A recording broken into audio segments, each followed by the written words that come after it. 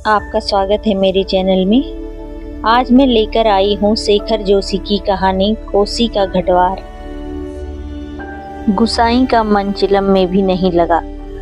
महल की छाह से उठकर वह फिर एक बार घट पंचक्की के अंदर आया। अभी खप्पर में 1/4 से भी अधिक गेहूं शेष था। खप्पर में हाथ डालकर उसने व्यर्थ ही उल्टा पलटा और चक्की के पाटों के वृत्त में फैले हुए आटे को झाड़कर एक ढेर बना दिया। बाहर आते आते उसने फिर एक बार और खप्पर में झांक कर देखा, जैसे यह जानने के लिए कि इतनी देर में कितनी पिसाई हो चुकी है, परंतु अंदर की मिकदार में कोई विशेष अंतर नहीं आया था। खस खस की ध्वनि के साथ अत्यंत धीमी गति से ऊपर का पाट चल रहा था। घट का प्रवेश द्वार बहुत कम ऊंचा था। खूब नीचे तक झुककर वह बाहर निकला। सिर के बालों और बाहों पर आटे की एक हल्की सफेद परत बैठ गई थी। खंबे का सहारा लेकर वह बुदबुदाया, जा साला, सुबह से अब तक 10 पंसेरी भी नहीं हुआ। सूरज कहाँ का कहाँ चला गया है। कैसी अनहोनी बात अनहोनी तो है ही। जेठ बीत रहा है, आकाश में कहीं बादलों का नामो निशान भी नहीं। अन्य वर्षों अब तक लोगों की धान रोपाई पूरी हो जाती थी, पर इस साल नदी नाले सब सूखे पड़े हैं। खेतों की सिंचाई तो दरकिनार, बीज की क्यारियां सूखी जा रही हैं। छोटे नाले गुलों के किनारे के घट महीनों से बंद हैं। कोसी के किनारे है गुसाई का यह घट, पर इसकी भी चाल ऐसी कि लट्टू घोड़े की चाल को मात देती है।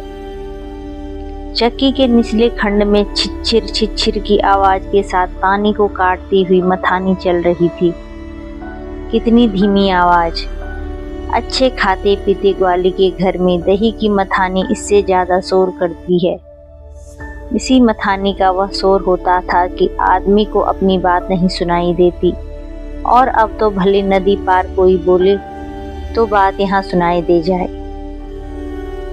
छप छप छप पुरानी फौजी पैंट को घुटनों तक मोड़कर गुसाई पानी की गूल के अंदर चलने लगा। कहीं कोई सुराख निकास हो तो बंद कर दे, एक बूंद पानी भी बाहर न जाए। बूंद बूंद की कीमत है इन दिनों।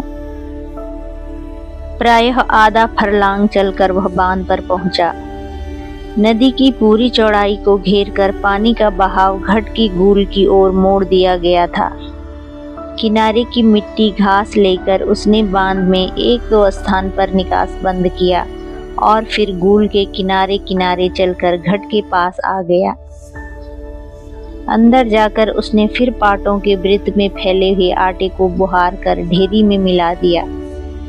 खप्पर में अभी थोड़ा बहुत गेहूं शेष था। वह उठकर बाहर आया।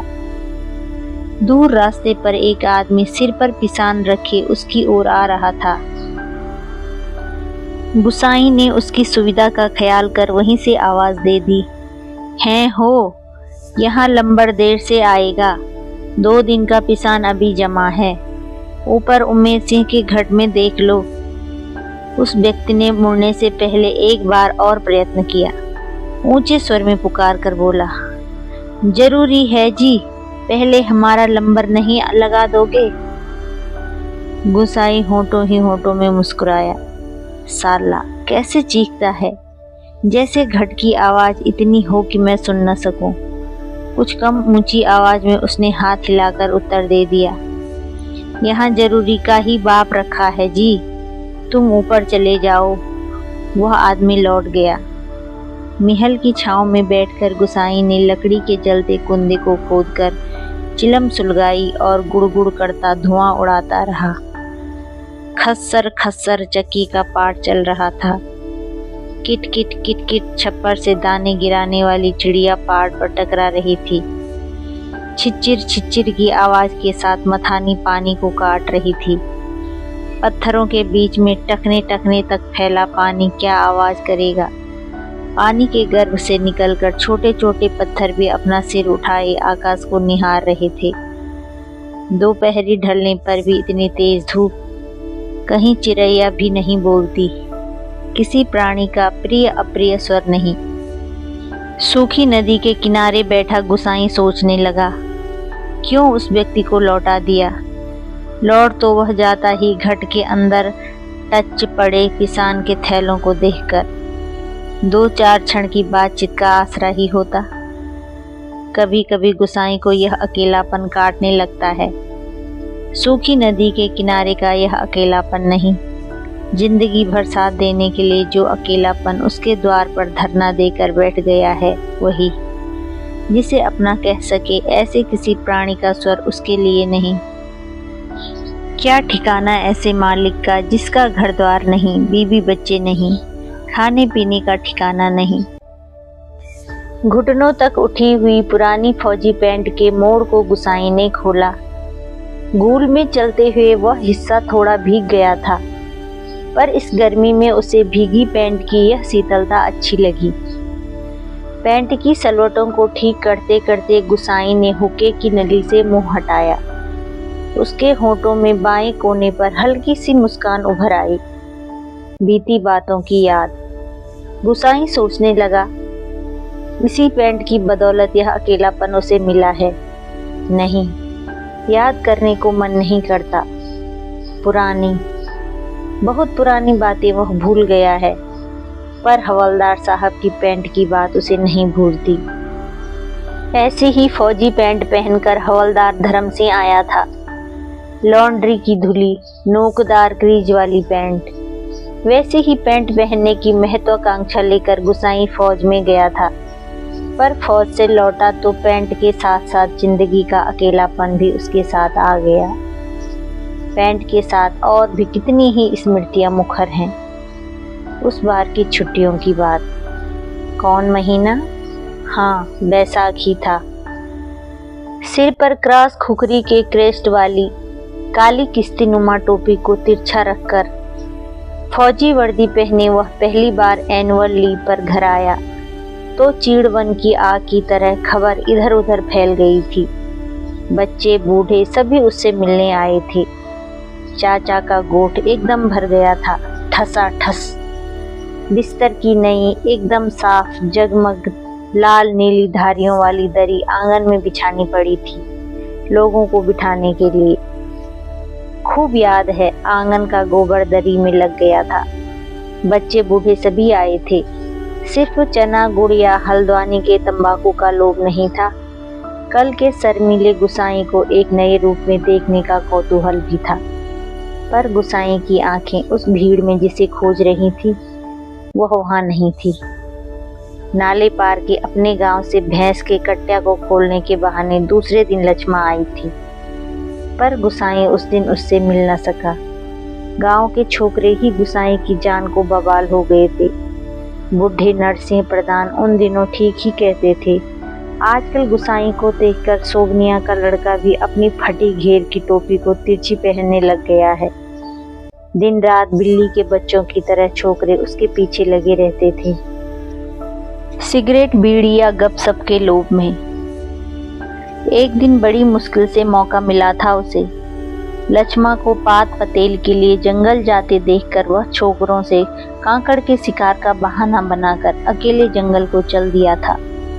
गांव की सीमा से बहुत दूर काफल के पेड़ के नीचे गुसाई के घुटने पर सिर रखकर लेटी लेटी लक्ष्मा काफल खा रही थी। पके गदराए गहरे लाल लाल काफल। खेल खेल में काफलों की छीना झपटी करते गुसाई ने लक्ष्मा की मुट्ठी भींच दी थी। टप टप काफलों का गाढ़ा लाल रस उसकी पैंट पर गिर गया था। लक्ष्मा ने कहा था, इसे यहीं रख जाना, मेरी पूरी बाह की कुर्ती इसमें से निकल आएगी। वह खिलखिलाकर अपनी बात पर स्वयं ही हंस दी थी। पुरानी बात। क्या कहा था गुसाई ने? याद नहीं पड़ता। तेरे लिए मखमल की कुर्ती ला दूंगा मेरी सुआ, या कुछ ऐसा ही। पर लक्ष्मा को मखमल की कुर्ती किसने पहनाई? पहाड़ी पार के रमुआ ने, जो तूरी निशान लेकर उसे ब्याहने आया था, जिसके आगे पीछे भाई बहन नहीं, माई बाप नहीं। परदेश में बंदूक की नोक पर जान रखने वाले को छोकरी कैसे देते हम? लक्ष्मा के बाप ने कहा था। उसका मन जानने के लिए गुसाई ने टेढ़े तिरछे बात चलवाई थी। उसी साल मंगसिर को एक ठंडी उदास शाम को गुसाई की यूनिट के सिपाही किशन सिंह ने क्वार्टर मास्टर स्टोर के सामने खड़े खड़े उससे कहा था, हमारे गांव के राम सिंह ने जिद की, तभी छुट्टियां बढ़ानी पड़ी। इस साल उसकी शादी थी। खूब अच्छी औरत मिली है यार, शक्ल सूरत भी खूब है, एकदम पटाखा, बड़ी हंसमुख है। तुमने तो देखा ही होगा, तुम्हारे गांव के नजदीक ही है। लक्ष्मा कुछ ऐसा ही नाम है। गुसाई को याद नहीं पड़ता कौन सा बहाना बनाकर वह किशन सिंह के पास से चला आया था। रम डे था उस दिन। हमेशा आधा पैग लेने वाले गुसाई उस दिन 2 पैग रम लेकर अपनी चारपाई पर पड़ गया था। हवलदार मेजर ने दूसरे दिन पेशी करवाई थी, मलेरिया प्रिकॉशन न करने के अपराध में। सोचते सोचते गुसाई बुदबुदाया, साला एडजुटेंट। गुसाई सोचने लगा, उस साल छुट्टियों में घर से विदा होने से एक दिन पहले वह मौका निकाल कर लक्ष्मा से मिला था। गंगनाथ जी की कसम, जैसा तुम कहोगे मैं वैसा ही करूंगी, आंखों में आंसू भरकर लक्ष्मा ने कहा था। बरसों से वह सोचता है कभी लक्ष्मा से भेंट होगी तो वह अवश्य कहेगा कि वह गंगनाथ का जागर लगाकर प्रायश्चित जरूर कर ले। देवी देवताओं की झूठी कस्में खाकर उन्हें नाराज करने से क्या लाभ। जिस पर भी गंगनाथ का कोप हुआ वह कभी फल फूल नहीं पाया। पर लक्ष्मा से कब भेंट होगी यह वह नहीं जानता। लड़कपन से संगी साथी नौकरी चाकरी के लिए मैदानों में चले गए हैं। गांव की ओर जाने का उसका मन नहीं होता। लक्ष्मा के बारे में किसी से पूछना उसे अच्छा नहीं लगता। जितने दिन नौकरी रही वह पलटकर अपने गांव नहीं आया। एक स्टेशन से दूसरे स्टेशन का वॉलंटियरी ट्रांसफर लेने वालों की लिस्ट में नायक गुसाई का नाम ऊपर आता रहा, लगातार 15 साल तक। पिछले बैसाख में ही वह गांव लौटा। 15 साल बाद रिजर्व में आने पर काले बालों को लेकर गया था, खिचड़ी बाल लेकर लौटा। लक्ष्मा का हट उसे अकेला बना गया। आज इस अकेलेपन में कोई होता जिसे गुसाई अपनी जिंदगी की किताब पढ़कर सुनाता। शब्द अक्षर, कितना देखा, कितना सुना और कितना अनुभव किया है उसने। पर नदी के किनारे की यह तपती रेत, पंचक्की की खटर खटर और महल की छाया में ठंडी चिलम को निष्प्रयोजन गुड़गुड़ाता गुसाई। और चारों ओर अन्य कोई नहीं, एकदम निर्जन, निस्तब्ध, सुनसान। एकाएक गुसाई का ध्यान टूटा। सामने पहाड़ी के बीच की पगडंडी के सिर पर बोझ लिए एक नार आकृति उसी ओर चली आ रही थी। गुसाई ने सोचा यहीं से आवाज देकर उसे लौटा दे। कोसी के चिकने काले लगे पत्थरों पर कठिनाई से चलकर उसे वहां तक आकर केवल निराश लौट जाने को क्यों वह बाध्य करे। दूर से चिल्ला चिल्ला कर पिसान स्वीकार करवाने की लोगों की आदत के कारण वह तंग हो चुका था। इस कारण आवाज देने को उसका मन नहीं हुआ। वह आकृति अब तक पगडंडी छोड़कर नदी के मार्ग में आ पहुंची थी। चक्की की बदलती आवाज को पहचानकर गुसाई घट के अंदर चला गया। खप्पर का अनाज समाप्त हो चुका था। खप्पर में एक कम अन्न वाले थैले को उलटकर उसने अन्न का निकास रोकने के लिए काठ की चिड़ियों को उल्टा कर दिया। किट किट का स्वर बंद हो गया। वह जल्दी जल्दी आटे के थैले में भरने लगा।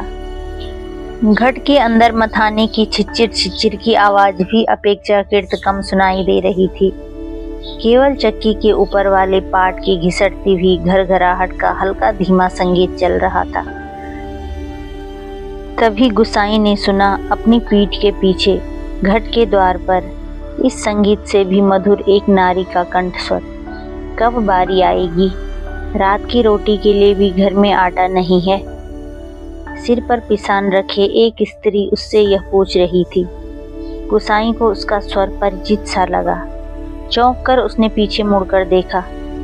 कपड़े में पिसान ढीला बंधा होने के कारण बोझ का एक सिरा उसके मुख के आगे आ गया। गुसाई उसे ठीक से नहीं देख पाया, लेकिन तब भी उसका मन जैसे आशंकित हो उठा। अपनी शंका का समाधान करने के लिए वह बाहर आने को मुड़ा, लेकिन तभी फिर अंदर जाकर पिसान के थैलों को इधर उधर रखने लगा। काठ की चिड़ियां किटकिट बोल रही थीं और उसी गति के साथ गुसाई को अपने हृदय की धड़कन का आभास हो रहा था। घट के छोटे कमरे में चारों ओर पिसे हुए अन्न का चूर्ण फैल रहा था, जो अब तक गुसाई के पूरे शरीर पर छा गया था। इस कृत्रिम सफेदी के कारण वह वृद्ध सा दिखाई दे रहा था। स्त्री ने उसे नहीं पहचाना। उसने दोबारा वे ही शब्द दोहराए। अब वह भी तेज धूप में बोझा सिर पर रखे हुए गुसाई का उत्तर पाने को आतुर थी। शायद नकारात्मक उत्तर मिलने पर वह उल्टे पांव लौटकर किसी अन्य चक्की का सहारा लेगी। दूसरी बार के प्रश्न को गुसाई न टाल पाया, उत्तर देना ही पड़ा। यहाँ पहले ही टीला लगा है, देरी तो होगी ही, उसने दबे दबे स्वर में कह दिया। स्त्री ने किसी प्रकार की अनुनय विनय नहीं की। शाम के आटे का प्रबंध करने के लिए वह दूसरी चक्की का सहारा लेने लौट पड़ी। गुसाई कमर झुकाकर घट से बाहर निकला। मुड़ते समय स्त्री की एक झलक देखकर उसका संदेह विश्वास में बदल गया था। हताश सा वह कुछ क्षणों तक उसे जाते हुए देखता रहा और फिर अपने हाथों तथा सिर पर गिरे हुए आटे को झाड़कर वह एक दो कदम आगे बढ़ा। उसने अंदर की किसी अज्ञात शक्ति ने जैसे उसे वापस जाती हुई उस स्त्री को बुलाने को बाध्य कर दिया। आवाज देकर उसे बुला लेने को उसने मुंह खोला, परंतु आवाज न दे सका। एक झिझक, एक असमर्थता थी जो उसका मुंह बंद कर रही थी। वह स्त्री नदी तक पहुंच चुकी थी। गुसाई के अंतर में तीव्र उथल पुथल मच गई। इस बार आवेग इतना तीव्र था कि वह स्वयं को नहीं रोक पाया। लड़खड़ाती आवाज में उसने पुकारा, लक्ष्मा। घबराहट के कारण वह पूरे जोर से आवाज नहीं दे पाया था। स्त्री ने यह आवाज नहीं सुनी। इस बार गुसाई ने स्वस्थ होकर पुनः पुकारा, लक्ष्मा। लक्ष्मा ने पीछे मुड़कर देखा। मायके में उसे सभी इसी नाम से पुकारते थे। यह संबोधन उसके लिए स्वाभाविक था, परंतु उसे शंका शायद यह थी कि चक्की वाला एक बार पिसान स्वीकार न करने पर भी दोबारा उसे बुला रहा है या उसे केवल भ्रम हुआ है। उसने वहीं से पूछा, मुझे पुकार रहे हैं जी? गुसाई ने संयत स्वर में कहा, हाँ, ले आ, हो जाएगा। लक्ष्मा क्षण भर रुकी और फिर घट की ओर लौट आई। अचानक साक्षात्कार होने का मौका न देने की इच्छा से गुसाई व्यस्तता का प्रदर्शन करता हुआ महल की छांव में चला गया। लक्ष्मा पिसान का थैला घट के अंदर रखाई। बाहर निकलकर उसने आंचल के कोर से मुंह पोंछा। तेज धूप में चलने के कारण उसका मुंह लाल हो गया था। इसी पेड़ की छाया में विश्राम करने की इच्छा से उसने इधर उधर देखा। महल के पेड़ की छाया को छोड़कर अन्य कोई बैठने लायक स्थान नहीं था। वह उसी ओर चलने लगी। गुसाई की उदारता के कारण ऋणी सी होकर ही जैसे उसने निकट आते आते कहा, तुम्हारे बाल बच्चे जीते रहें घटवाड़ जी, बड़ा उपकार का काम कर दिया तुमने। ऊपर के घट में भी न जाने कितनी देर में नंबर मिलता। अजात संतति के प्रति दिए गए आशीर्वचनों को गुसाई ने मन ही मन विनोद के रूप में ग्रहण किया। इस कारण उसकी मानसिक उथल पुथल कुछ कम हो गई। लक्ष्मा उसकी ओर देखे इससे पूर्व ही उसने कहा, जीते रहें तेरे बाल बच्चे लक्ष्मा, मायके कब आई? गुसाई ने अंतर में घुमड़ती आंधी को रोककर यह प्रश्न इतने संयत स्वर में किया जैसे वह भी अन्य 10 आदमियों की तरह लक्ष्मा के लिए एक साधारण व्यक्ति हो। दाड़िम की छाया में पात पतेल झाड़कर बैठते लक्ष्मा ने संकेत दृष्टि से गुसाई की ओर देखा। कोसी की सूखी धार अचानक जल प्लवित होकर बहने लगती तो भी लक्ष्मा को इतना आश्चर्य नहीं होता जितना अपने स्थान से केवल 4 कदम की दूरी पर गुसाई को इस रूप में देखने पर हुआ। विस्मय से आंखें फाड़कर वह उसे देखे जा रही थी, जैसे अब भी उसे विश्वास न हो रहा हो कि जो व्यक्ति उसके सम्मुख बैठा है वह उसका पूर्व परिचित गुसाई ही है। तुम जाने लक्ष्मा क्या कहना चाहती थी, शेष शब्द उसके कंठ में ही रह गए। हाँ, पिछले साल पलटन से लौट आया था, वक्त काटने के लिए यह लगवा लिया। गुसाई ने उसकी जिज्ञासा शांत करने के लिए कहा। होठों पर मुस्कान लाने की उसने असफल कोशिश की। कुछ क्षणों तक दोनों कुछ नहीं बोले। फिर गुसाई ने ही पूछा, बाल बच्चे ठीक हैं? आंखें जमीन पर टिकाए, गर्दन हिलाए संकेत से ही उसने बच्चों की कुशलता की सूचना दे दी। जमीन पर गिरे एक दाड़िम के फूल को हाथों में लेकर लक्ष्मा उसकी पंखुड़ियों को एक एक कर निरुद्देश्य से तोड़ने लगी और गुसाई पतली सींख लेकर आग को कुरेदता रहा। बातों का क्रम बनाए रखने के लिए गुसाई ने पूछा, तू अभी और कितने दिन मायके ठहरने वाली है? अब लक्ष्मा के लिए अपने को रोकना असंभव हो गया। टप टप टप वह सिर नीचा किए आंसू गिराने लगी। सिसकियों के साथ साथ उसके उठते गिरते कंधों को गुसाई देखता रहा। उसे यह नहीं सूझ रहा था कि वह किन शब्दों में अपनी सहानुभूति प्रकट करे। इतनी देर बाद सहसा गुसाई का ध्यान लक्ष्मा के शरीर की ओर गया। उसके गले में काला चरेऊ सुहाग चिन्ह नहीं था। हतप्रभ सा गुसाई उसे देखता रहा। अपनी व्यावहारिक अज्ञानता पर उसे बेहद झुंझलाहट हो रही थी। आज अचानक लक्ष्मा से भेंट हो जाने पर वह उन सब बातों को भूल गया जिन्हें वह कहना चाहता था। इन क्षणों में वह केवल मात्र श्रोता बनकर रह जाना चाहता था। गुसाई की सहानुभूतिपूर्ण दृष्टि पाकर लक्ष्मा आंसू पोंछती हुई अपना दुखड़ा रोने लगी। जिसका भगवान नहीं होता उसका कोई नहीं होता। जेठ जेठानी से किसी तरह पिंड छुड़ाकर यहाँ माँ की बीमारी में आई थी, वह भी मुझे छोड़कर चली गई। एक अभागा मुझे रोने को रह गया है, उसी के लिए जीना पड़ रहा है, नहीं तो पेट पर पत्थर बांधकर कहीं डूब मरती, जंजाल करता। यहाँ काका काकी के साथ रह रही हो? गुसाई ने पूछा। मुश्किल पड़ने पर कोई किसी का नहीं होता जी। बाबा की जायदाद पर उनकी आंखें लगी हैं, सोचते हैं कहीं मैं हक न जमा लूं। मैंने साफ साफ कह दिया, मुझे किसी का लेना देना नहीं है। जंगलात का लीसा ढो ढो कर अपनी गुजर कर लूंगी, किसी की आंख का कांटा बनकर नहीं रहूंगी। गुसाई ने किसी प्रकार की मौखिक संवेदना नहीं प्रकट की, केवल सहानुभूतिपूर्ण दृष्टि से उसे देखता भर रहा। दाड़िम के वृक्ष से पीठ टिकाई लक्ष्मा घुटने मोड़कर बैठी थी। गुसाई सोचने लगा, 15-16 साल किसी की जिंदगी में अंतर लाने के लिए कम नहीं होते। समय का वह अंतराल लक्ष्मा के चेहरे पर एक छाप छोड़कर गया था, पर उसे लगा उस छाप के नीचे वह आज भी 15 वर्ष पहले की लक्ष्मा को देख रहा है। कितनी तेज धूप है इस साल, लक्ष्मा का स्वर उसके कानों में पड़ा। प्रसंग बदलने के लिए ही जैसे लक्ष्मा ने यह बात जानबूझकर कही हो। और अचानक उसका ध्यान उस ओर चला गया जहां लक्ष्मा बैठी थी। दाड़िम की फैली फैली अधढकी डाली से छनकर धूप उसके शरीर पर पड़ रही थी। सूरज की एक पतली किरण न जाने कब से लक्ष्मा के माथे पर गिरी हुई एक लट को सुनहरी रंगीनी में डुबा रही थी। गुसाई एकटक उसे देखता रहा। दोपहर तो बीत चुकी होगी, लक्ष्मा ने प्रश्न किया तो गुसाई का ध्यान टूटा। हाँ, अब तो 2 बजने वाले होंगे, उसने कहा। उधर धूप लग रही हो तो इधर आ जा छाँव में, कहता हुआ गुसाई एक जमुहाई लेकर अपने स्थान से उठ गया। नहीं, यही ठीक है, कहकर लक्ष्मा ने गुसाई की ओर देखा, लेकिन वह अपनी बात कहने के साथ ही दूसरी ओर देखने लगा था। घट में कुछ देर पहले डाला हुआ पिसान समाप्ति पर था। नंबर पर रखे हुए पिसान की जगह उसने जाकर जल्दी जल्दी लक्ष्मा का अनाज खप्पर में खाली कर दिया। धीरे धीरे चलकर गुसाई गूल के किनारे तक गया।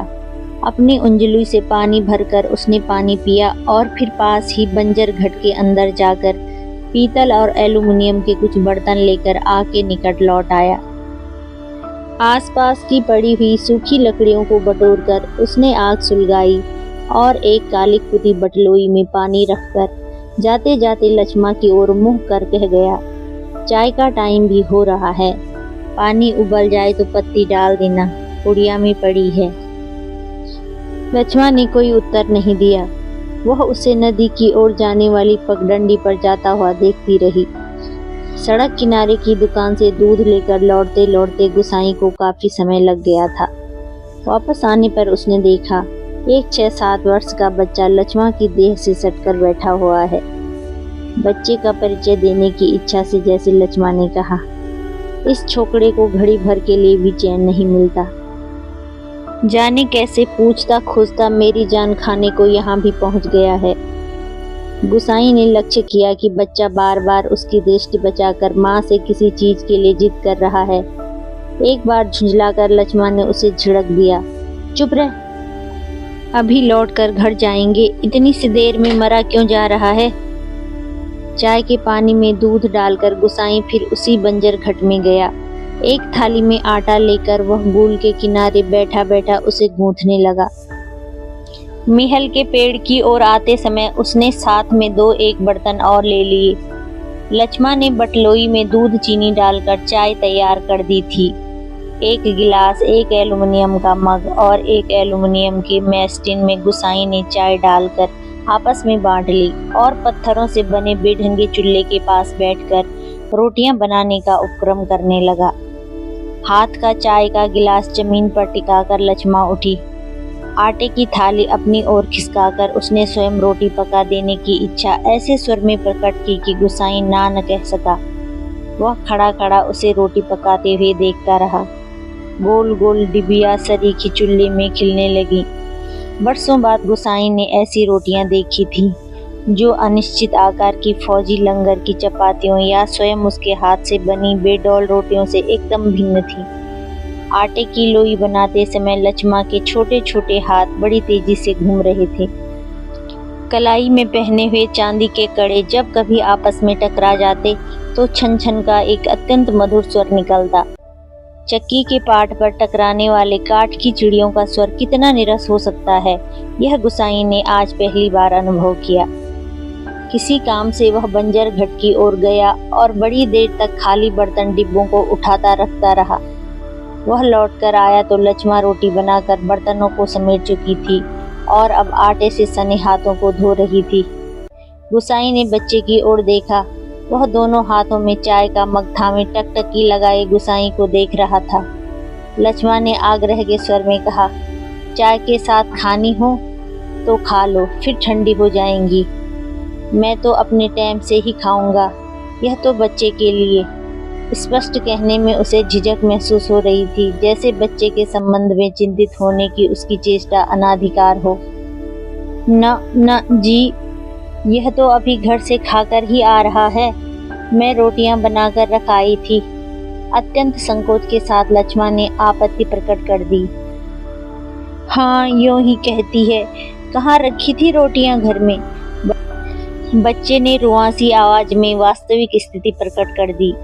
वह ध्यानपूर्वक अपनी माँ और उस अपरिचित व्यक्ति की बातें सुन रहा था और रोटियों को देखकर उसका संयम ढीला पड़ गया था। चुप, आंखें तरेर कर लक्ष्मा ने उसे डांट दिया। बच्चे के इस कथन के कारण उसकी स्थिति हास्यास्पद हो गई थी। लज्जा से उसका मुंह आरक्त हो उठा। बच्चा है, भूख लग गई होगी, डांटने से क्या फायदा। गुसाई ने बच्चे का पक्ष लेकर 2 रोटियां उसकी ओर बढ़ा दी, परंतु माँ की अनुमति के बिना उसे स्वीकारने का साहस बच्चे को नहीं हो रहा था। वह ललचाई दृष्टि से कभी रोटियों की ओर कभी माँ की ओर देख लेता था। गुसाई के बार बार आग्रह करने पर बच्चा रोटियां लेने में संकोच करता रहा तो लक्ष्मा ने उसे झिड़क दिया, मर, अब ले क्यों नहीं लेता? जहाँ जाएगा वहीं अपने लक्षण दिखाएगा। इससे पहले कि बच्चा रोना शुरू कर दे, गोसाई ने रोटियों के ऊपर एक टुकड़ा गुड़ रखकर बच्चे के हाथ में दे दिया। भरी भरी आंखों से इस अनोखे मित्र को देखकर बच्चा चुपचाप रोटी खाने लगा और गुसाई कौतुकपूर्ण दृष्टि से उसके हिलते हुए ओंठों को देखता रहा। इस छोटे से प्रसंग के कारण वातावरण में एक तनाव सा आ गया था, जिसे गुसाई और लक्ष्मा दोनों ही अनुभव कर रहे थे। स्वयं भी एक रोटी को चाय में डुबाकर खाते खाते गुसाई ने जैसे इस तनाव को कम करने की कोशिश में ही मुस्कुराकर कहा, लोग ठीक कहते हैं, औरत के हाथ की बनी रोटियों में स्वाद ही दूसरा होता है।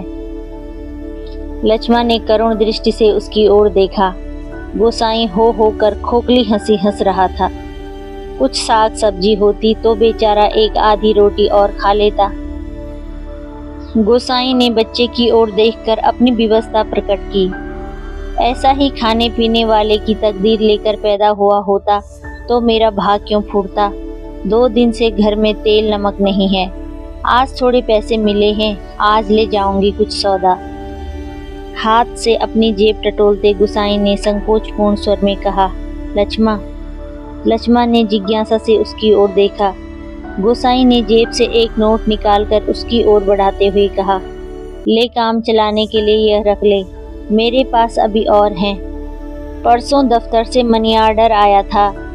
नहीं नहीं जी, काम तो चल ही रहा है, मैं इस मतलब से थोड़े ही कह रही थी, यह तो बाद में बात चली थी तो मैंने कहा, कहकर लक्ष्मा ने सहायता लेने से इनकार कर दिया। गुसाई को लक्ष्मा का यह व्यवहार अच्छा नहीं लगा। रूखी आवाज में वह बोला, दुख तकलीफ के वक्त ही आदमी आदमी के काम नहीं आया तो बेकार है।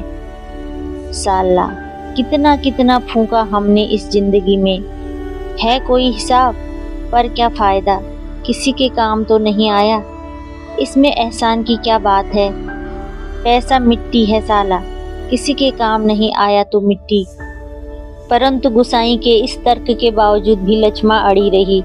बच्चे के सिर पर हाथ फेरते हुए उसने दार्शनिक गंभीरता से कहा, गंगनाथ दाहिने रहें तो भले बुरे दिन निभ जाते हैं जी, पेट क्या है।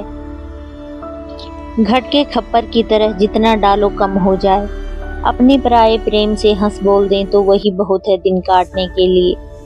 गुसाई ने गौर से लक्ष्मा के मुंह की ओर देखा। बरसों पहले उठे हुए ज्वार और तूफान का वहां कोई शेष चिन्ह नहीं था।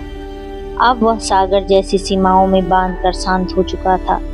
रुपए लेने के लिए लक्ष्मा से अधिक आग्रह करने का उसका साहस नहीं हुआ, पर गहरे असंतोष के कारण बुझा बुझा सा वह धीमी चाल से चलकर वहां से हट गया। सहसा उसकी चाल तेज हो गई और घर के अंदर जाकर उसने एक बार संकित दृष्टि से बाहर की ओर देखा। लक्ष्मा उस ओर पीठ किए बैठी थी। उसने जल्दी जल्दी अपने निजी आटे के टिन से 2-2.5 सेर करीब आटा निकालकर लक्ष्मा के आटे में मिला दिया और संतोष की एक सांस लेकर वह हाथ छाड़ता हुआ बाहर आकर बांध की ओर देखने लगा। ऊपर बांध पर किसी को घुसते देखकर उसने हाँक दी। शायद खेत की सिंचाई के लिए कोई पानी तोड़ना चाहता था। बांध की ओर जाने से पहले वह एक बार लक्ष्मा के निकट गया। पिसान पिस जाने की सूचना उसे देखकर वह वापस लौटते हुए फिर ठिठक कर खड़ा हो गया। मन की बात कहने में जैसे उसे झिझक हो रही हो। अटक अटक कर बोला, लक्ष्मा। लक्ष्मा ने सिर उठाकर उसकी ओर देखा। गुसाई को चुपचाप अपनी ओर देखते हुए उसे संकोच होने लगा। वह न जाने क्या कहना चाहता है, पर गुसाई ने झिझकते हुए केवल इतना ही कहा, कभी 4 पैसे जुड़ जाएं तो गंगनाथ का जागर लगाकर भूल चूक की माफी मांग लेना। पूत परिवार वालों की देवी देवता के कोप से बचे रहना चाहिए। लक्ष्मा की बात सुनने के लिए वह नहीं रुका। पानी तोड़ने वाले खेतीहार से झगड़ा निपटाकर कुछ देर बाद लौटते हुए उसने देखा, सामने वाले पहाड़ की पगडंडी पर सिर पर आटा लिए लक्ष्मा अपने बच्चे के साथ धीरे धीरे चली जा रही थी।